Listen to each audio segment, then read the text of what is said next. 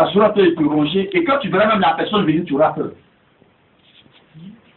Quand tu vois la personne, tu trembles. Il faut briser le lien. Amen. Il faut couper ça. Amen. Ça peut aller au niveau des femmes comme au niveau des hommes. Et des femmes, souvent, tu peux lever, puis tu te sens sur toi, tu as peur. Le burn-out te traumatise. Amen. Quand tu la vois venir sur ton carrefour, tu te mets en même temps au tabac. Tu te mets au tabac. Tu n'as pas envie de lui le genou, mais tu vas lui porter. Amen. Quand tu sens ça, il faut briser les liens. Amen. Gloire à Dieu. Alléluia. Donc, c'est des personnes, en fait, quand elles te possèdent, elles te terrifient. Tu es terrifié. Même au marché, quand tu les vois, tu n'es pas tranquille. Vous voyez un peu, imaginez-vous un peu certaines femmes qui ont été violées. Quand ils n'ont pas encore attrapé même le violeur, même quand elles sont dans la maison, elles dorment comme ça. Parce qu'elles ne savent pas à quel moment elle va venir taper la porte. Donc elles sont traumatisées à vie. C'est-à-dire qu'il les a possédées. Même quand elles voient quelqu'un qui les paye violer, elle a peur. Là, elle n'a plus confiance en qui que ce soit. Amen. Amen. Et ouais, quand elles gardent ce genre de choses, ça les détruit au fur et à mesure. Donc on dit, va te psychologue. Amen. Alléluia. Alléluia. Le monsieur, il met une petite boule devant elle, et puis elle est là comme ça. Il dit, qu'est-ce que tu vois dans ta tête? Regarde. Comment tu te sens? Oh, je me sens dégagé. Quand elle arrive à la maison encore, ça revient. Elle fait comment? Donc tu vas passer ton temps à voir psychologue. Alléluia. Quand tu es chrétien, il faut prier. Dieu est capable de prier. Alléluia. Tout se fait par la prière. Le plus grand psychologue, c'est Dieu. Amen. Tu confies ce qui te fait souffrir à Dieu. Dieu va te libérer. Amen. Il y a des gens qui connaissent ton problème et ne veulent pas t'aider. Les apôtres étaient avec Judas. Ils savaient que Judas aimait les offrandes. Même s'ils ont dit à Dieu que Judas aime les offrandes. Dieu même sait. Mais Dieu a besoin de quelqu'un aussi bien te soutenir dans ton intercession. Ils l'ont laissé. C'est pas à 30 pièces la vendu Jésus. Tellement qu'il aime l'argent. Amen. Et cela conduit à la mort. Quand tu sais que ton frère a un problème, prie pour lui. Amen. Alléluia. On continue. Troisième point. Qu'est-ce qui peut empêcher la délivrance? Donc on a vu les démons. Comme on peut voir, il y a des démons en l'homme. Et puis qu'est-ce qui peut empêcher la délivrance? Amen. Ce qui peut empêcher la délivrance là, c'est le manque de pardon.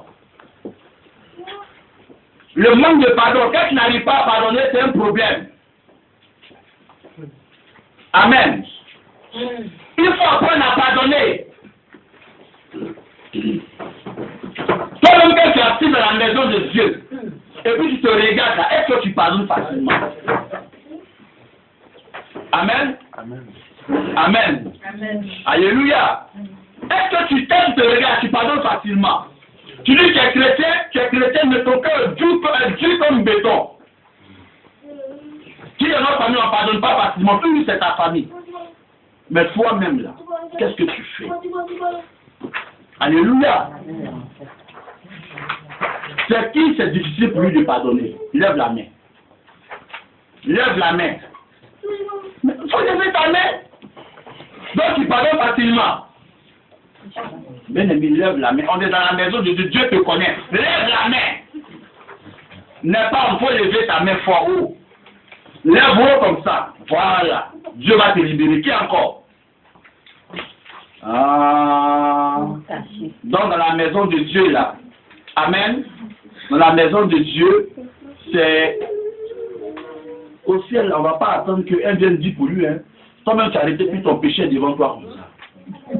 Amen. Donc on a assis ici ces deux personnes seulement qui pardonnent facilement. Oh, que le nom de Dieu soit béni. Amen. Que Dieu fasse que tu sois libéré au nom de Jésus. Amen. Ceux qui ne pardonnent pas, que Dieu fasse que vous pardonniez. Amen. Si tu es chrétien que tu ne pardonnes pas, tu es pire qu'un meurtrier. Jésus même qui est Jésus là, il a pardonné. Toi tous les jours tu payes. Si Jésus ne pardonnait pas il y a longtemps, tu es mort, tu es mort. On dit non, ne pardonne pas. C'est trop dur pour pardonner. On va y venir. Prenons Colossiens 3, verset 13. Quand on dit aux chrétiens de pardonner, ils disent non, on ne peut pas pardonner. C'est trop difficile le pardon. Rien n'est impossible à Dieu. Tu demandes à Dieu, Dieu va le faire. Lis Maman, Colossiens 3, verset 13.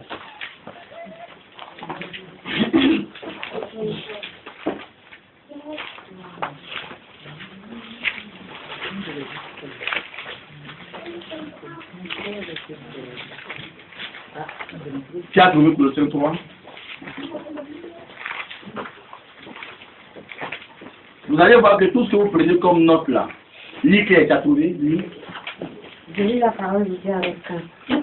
Supportez-vous les uns les autres. Supportez-vous les uns les autres. Et si l'un a ce sujet, se plaint de l'autre, pardonnez-vous réciproquement. Pardonnez-vous réciproquement. De même que Christ vous a pardonné. De même que Christ nous a pardonné. Pardonnez-vous aussi. Pardonnez-vous. Lève-toi. Lève-toi, dépose ta vie. Lève-toi, dépose ta vie. Tout le monde. On est dans la maison de Dieu. Hein. Écoutez-moi très bien, on est dans la maison de Dieu. Soyons francs avec le Seigneur. Est-ce que tu pardonnes réellement? Tu pardonnes facilement. Amen. Dieu nous regarde, tu pardonnes facilement. Si tu pardonnes facilement, il faut lever ta main. Il faut bien lever. Devant Dieu, tu lèves bien ta main. Ah, donc ça voudrait dire que les deux qui ont dit qu'ils ne pardonnent pas facilement, là, il n'y a pas deux seulement, ils étaient nombreux. Bien aimé, on est dans la maison de Dieu. Il n'y a pas de honte en cela. Amen. Amen. Tu peux pardonner, mais ça ne te donne pas d'être méfiant. Tu peux pardonner. Alléluia. Amen. Alléluia. Amen. Mais la Bible dit soyez prudents comme des serpents. Amen. Tu peux pardonner, mais sois prudent. Amen. Amen. Amen. Alléluia. Amen. Parce que si tu ne veux pas pardonner à ton frère, Christ ne te pardonnera pas. Amen. On va te rasseoir. Pardonnons-nous. Amen. Si tu veux réellement qu'on te pardonne, après on t'a pardonné aux autres. Deuxième chose, la rancœur. Quelqu'un qui est rancunier constitue une prison pour sa propre vie. Et il prend la clé, jette, et il est prisonnier de sa rancœur. Psaume 66, verset 18. Le premier, c'était le manque de pardon. Donc, il faut pardonner pour empêcher que les démons te dominent, mais qui sera vraiment ta délivrance. Lis, maman, la rancœur. J'ai lu la parole de Dieu. Psaume 66, verset 18. Si j'avais conçu l'iniquité dans mon cœur, le Seigneur ne m'aurait pas exaucé. Le Seigneur ne m'aurait pas exaucé. Amen. Amen.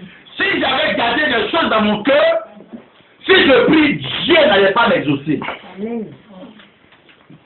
Donc souvent même là, c'est pas le sorcier, toi c'est ton propre sorcier. Ne mettons pas tout sur les sorciers. Les sorciers n'ont pas le pouvoir sur toi. Amen. Mais toi-même là, tu as le pouvoir sur ta propre vie. Tu gardes la rancœur en toi, tu donnes au démon de s'opposer à ta grâce.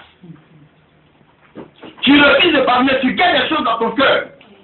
Tu vas voir Christ cardiaque pour rien.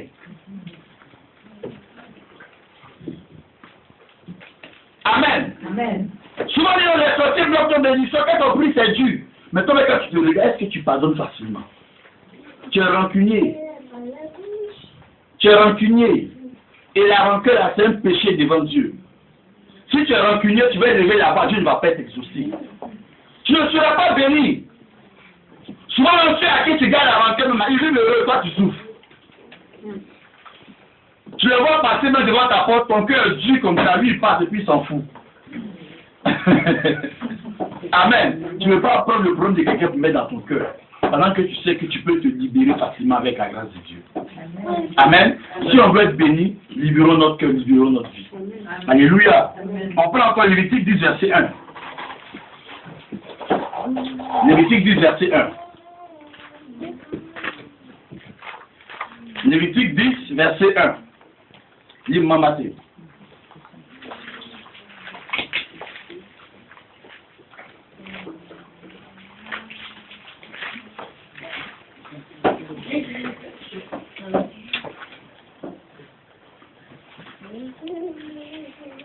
Lévitique 10.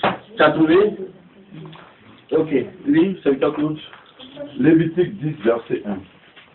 Les fils d'Aaron, Nadab Nadab et Abihu, prirent chacun un brasier, ils mirent du feu, et posèrent du parfum dessus. Ils apportèrent devant l'Éternel du feu étranger,